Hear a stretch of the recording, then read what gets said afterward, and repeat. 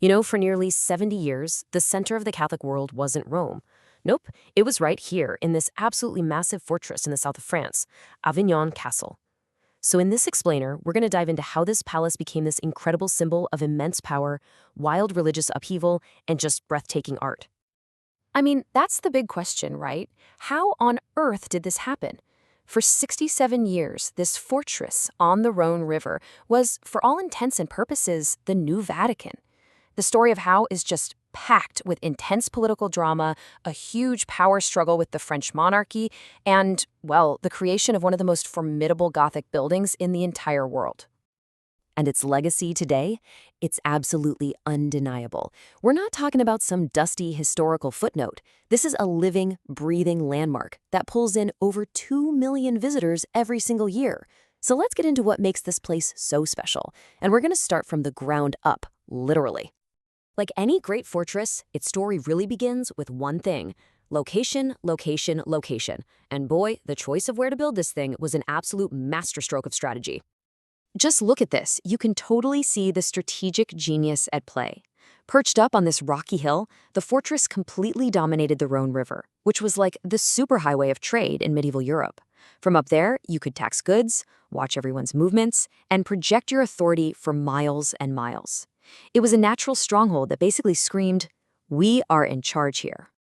Right, so a location this powerful needed an equally powerful owner. This was never going to be a fortress for some minor lord. Oh no, this was designed from the get-go to be a seat of global authority. It all started back in the 12th century as a secure spot for Pope Innocent II. But later, during what's known as the Avignon papacy, it went through this massive transformation. It exploded from a simple fort into the sprawling, magnificent Gothic palace that we see today, a true powerhouse of the medieval world. And let's be crystal clear about something. This was architecture as a weapon. Every single towering wall, every fortified gate was designed to shout about the absolute authority of the Pope. This wasn't just a home. It was a physical statement of papal power, a fortress built of both faith and, force. What's so cool is you can actually see the castle's two personalities right in its architecture. It's this fascinating mix. The base is pure Romanesque. Think thick, sturdy, imposing walls built for defense. But then, rising up from that, you get all the elegance of Gothic design, with these soaring arches and beautiful windows meant to inspire total awe.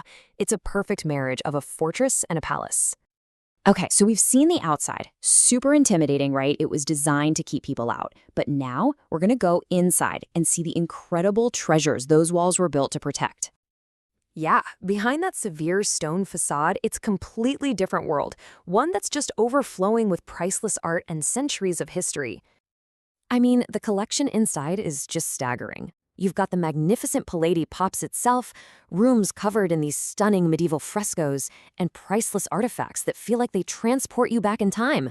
We're talking polished suits of armor, ornate royal carriages, the whole shebang. But the crown jewel, without a doubt, is the Palais des Pops.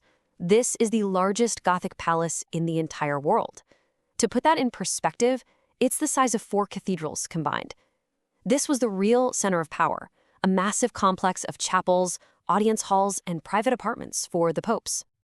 And what's so amazing about the paintings, the frescoes inside, is that they're not all religious scenes. They actually give us this incredible, vibrant window into what everyday life was like back then. People hunting, fishing, playing music. It's like a 1,000-year-old snapshot that makes all that history feel so immediate and so real. But the experience doesn't just stop at the palace walls. The grounds and the other buildings around it are just as iconic, and they all tell their own part of Avignon's story. So you can wander through these peaceful gardens with these amazing views of the countryside, climb the tower for a jaw-dropping panoramic look at the city, and of course walk out onto the legendary St. Benezet Bridge. You know the one, famous from the children's song, and a powerful symbol of Avignon all by itself. So what's the ultimate legacy of this papal fortress? Well, its influence stretches way, way beyond these stone walls, shaping art, culture, and even how we think about history today. Its architectural innovations influenced artists for centuries to come, including, get this, Leonardo da Vinci. Today, it's a protected UNESCO World Heritage Site, recognized as a true masterpiece of medieval design. And that influence is still going strong. Its imposing, epic look has even inspired locations in modern fantasy like Game of Thrones. How cool is that?